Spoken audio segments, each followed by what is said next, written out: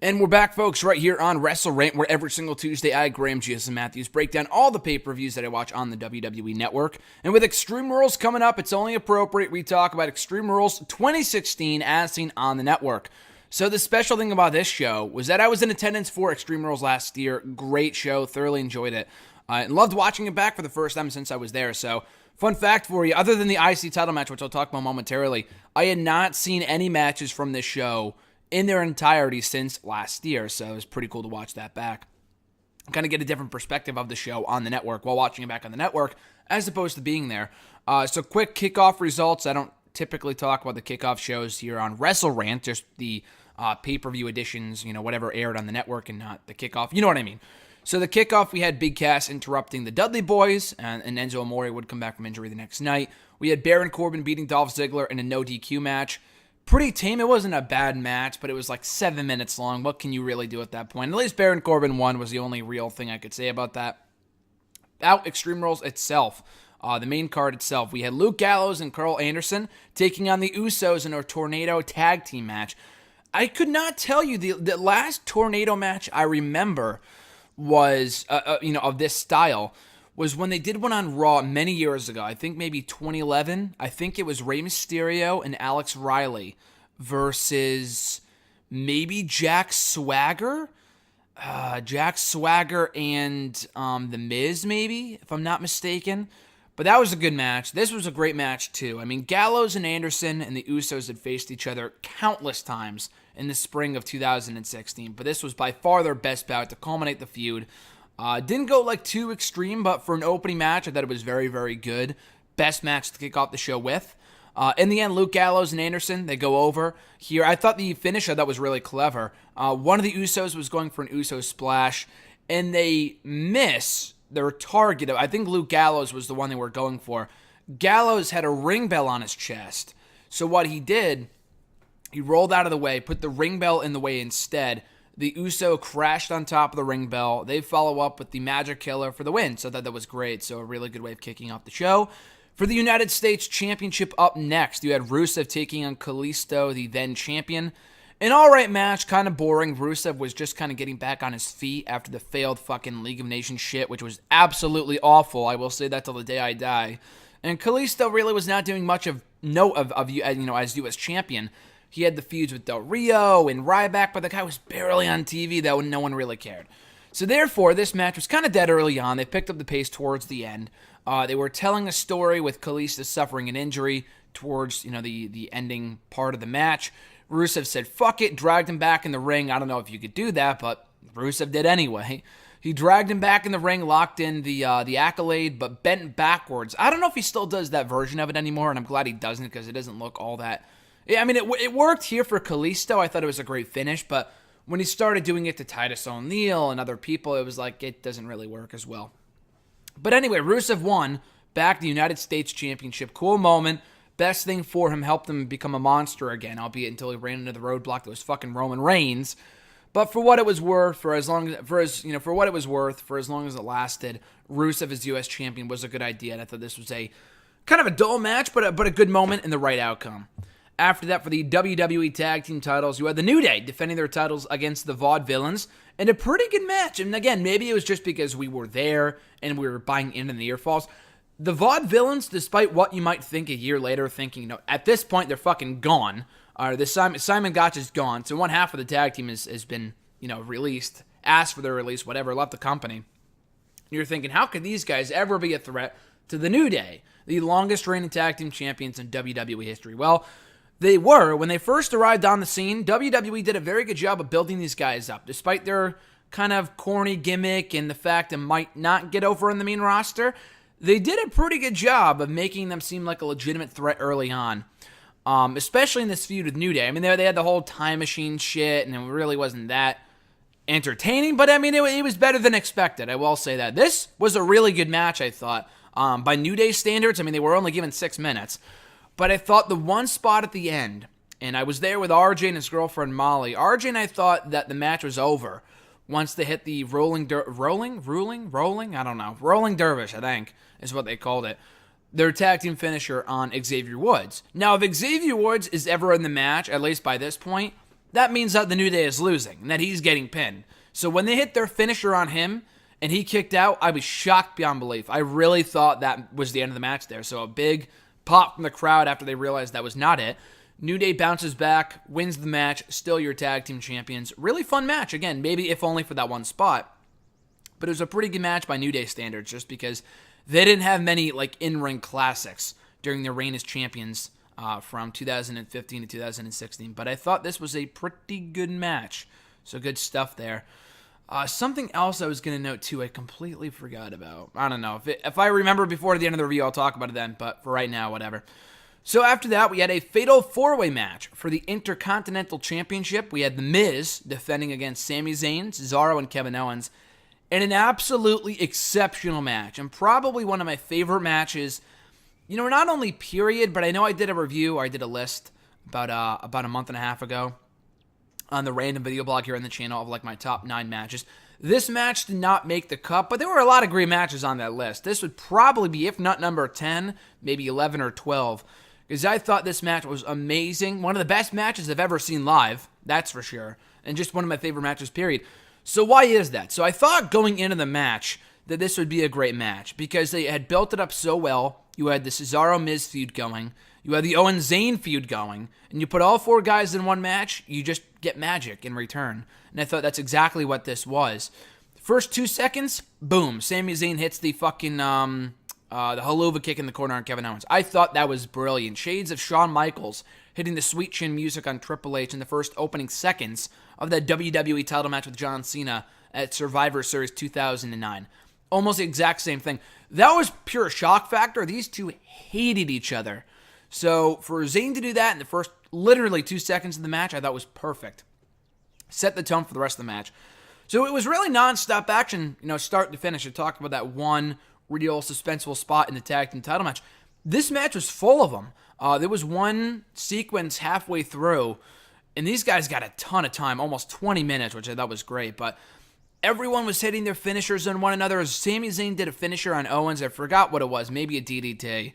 And then Cesaro followed it up with an uppercut. And then Miz with the skull-crushing finale on Cesaro. 1, 2, oh, and he kicked out. I really thought that was it. Of course, Miz would end up winning the match and retaining his title, but I thought that was it right there. So that was pretty great. There was one spot towards the end where I really thought that was it, where I think Cesaro got laid out with a pop-up powerbomb by Kevin Owens. Miz dragged him out of the ring. Miz covers, and then he still kicks out. So I thought that was awesome. 2 people were on their feet. Again, the second half of this match was really, really exciting. The whole match is awesome. In my opinion, one of the top 10 best matches of the year for WWE. And we had 2 of them on the same show, which I'll get to momentarily with the main event. But I thought the storytelling here was great. It's not that it was just 4 random people. Again, all 4 men had established issues with one another. And therefore made it just an exhilarating match with really not a dull moment from start to finish. So again, Miz, in the end, after Owens and Zayn, they set their sights on each other. Again, just beautiful storytelling here. They're too busy with one another to focus on the match. That allows Miz to capitalize, pin Cesaro, and he is still the Intercontinental Champion. Cesaro is protected in defeat. Zayn and Owens have their feud going, and Miz continued on his awesome reign, no pun intended, as Intercontinental Champion. So again, 2 thumbs up for that match. My favorite match of the night, but the main event came pretty close. After that, not among my favorite matches, was the Asylum match between Dean Ambrose and Chris Jericho. So a match, a first of its kind. I don't think they'll ever bring it back, to be quite honest with you. But, at least they gave it a shot. Now, being there for it, I was entertained by it. Watching it back, I can thoroughly understand why a lot of people thought it was boring. Now, it went a lot longer than it needed to, in almost a half an hour. I can guarantee you at least half of that time was spent climbing by both guys.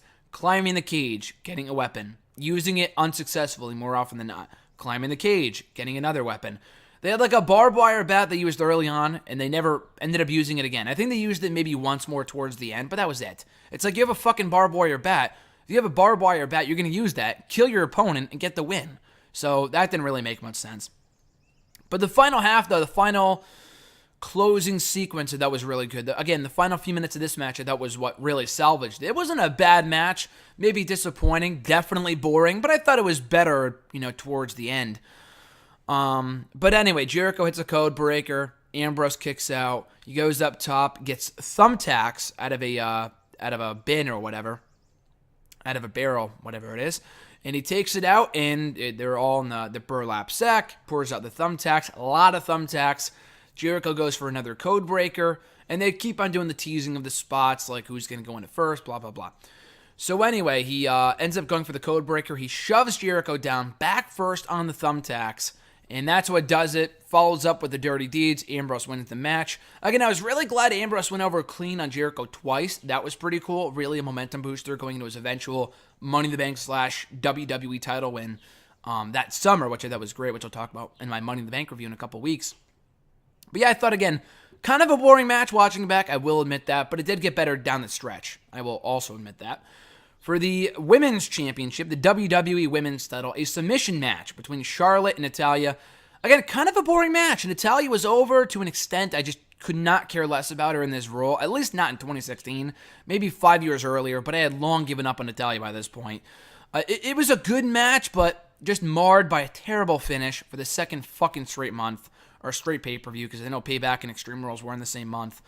After Dana Brooke, who was dressed up as Ric Flair for a solid minute waiting by the entranceway. So by the time the music hit, no one was shocked. Therefore, that was why there was no pop. Because for those of us in the arena, you could see, we didn't know it was Dana Brooke, because Dana Brooke had made her debut as Charlotte's protege at this point. She had already been on TV, but this was the first real debut, I guess, appearance of those two together as an alliance, and Ric Flair would be, kicked to the curb the next night by Charlotte. But she had been standing there in the robe and all for like a solid 60 seconds before they hit the music, so it wasn't a real shocker that we knew that Natalya wasn't going to win. So at least Charlotte won. That was the only real good thing I can say about this. I did not really care about the match at all, but the finish was the right finish to keep the belt on Charlotte going into her eventual feud with Sasha Banks that summer. And then you have the awesome Extreme Rules main event between the then WWE Champion Roman Reigns and the challenger AJ Styles. Again, what I loved most about this match was the fact they took the fight all around the arena. That's kind of something that's lost in the shuffle nowadays, kind of overlooked in Extreme Rules matches, and taking the fight all around the arena, but they went towards the pre-show set. And AJ Styles, dare I say, was the MVP of this entire pay-per-view. And again, not much of a surprise, but the guy was taking bumps left and right. It looked like Roman Reigns killed this motherfucker on at least 5 different occasions. On the ring apron, on the commentary table, on the pre-show set, in the ring. It looked like he legit killed him. So again, halfway through an Extreme Rules match, why the Usos and the club didn't show up earlier than they did, I have no idea. But it's still, made for a good, fine finish. I thought, it made sense, and it protected AJ in defeat. He took a bunch of finishers. Roman Reigns took a lot of finishers before winning the match. So it was kind of ridiculous how many finishers he took and how many chair shots he took only to kick out. That was kind of dumb, I will say that, but at least AJ looked good in defeat. It was a really, really exciting match. We loved AJ Styles. Roman Reigns wins. That would have been kind of a letdown for a finish to the show, but then, wouldn't you know it, mere seconds after the replay airs, out comes Seth Rollins, making his triumphant return to WWE from injury after almost 6 months, attacking Roman Reigns, hitting him with the pedigree, and standing tall to close the show with the WWE Championship belt in hand. Awesome visual, awesome return. I made a bet with RJ many months earlier that he would be back. RJ said he would be back in time for his graduation, which was that Saturday. He returned on Sunday, so I still say I won that bet. But at any rate, to be there for that moment was awesome. Great way to close out the show. What was a really enjoyable show, in my opinion, one of the better, if not the best, pay-per-view in WWE of 2016 up to that point in the year. I thought Battleground and Money in the Bank were better, but this was still a really, really good show. In my opinion, a B, if not a B+ show. You had a really fun opener. U.S. title match was whatever, but the right outcome. An above-average tag team title match, all things considered. Great IC title match. Ambrose and Jericho was but a good final stretch. Women's match was really the only bad match of the night. I couldn't really care less about that. But the main event I thought was great. So again, 2 thumbs up for Extreme Rules. Check it out on the WWE Network before Extreme Rules this coming weekend. I'm sure we'll do another review of that show in a year from now right here on WrestleRant. So that being said, guys, find me on the Twitter machine. Follow me there at WrestleRant. Find me on Facebook at facebook.com/Graham.Jason.Matthews, like the page. And of course, right here on YouTube by liking the video, dropping a comment, subscribing to the channel, and sharing the video as well. All that stuff is amazingly appreciated. So that being said, guys, we'll be back right here next Tuesday with another all-new episode of WrestleRant. And in the meantime, and in between time, have an awesome weekend. Enjoy Extreme Rules this Sunday. And until then, I'm Graham G.S. Matthews, and I'll catch your ass down the road.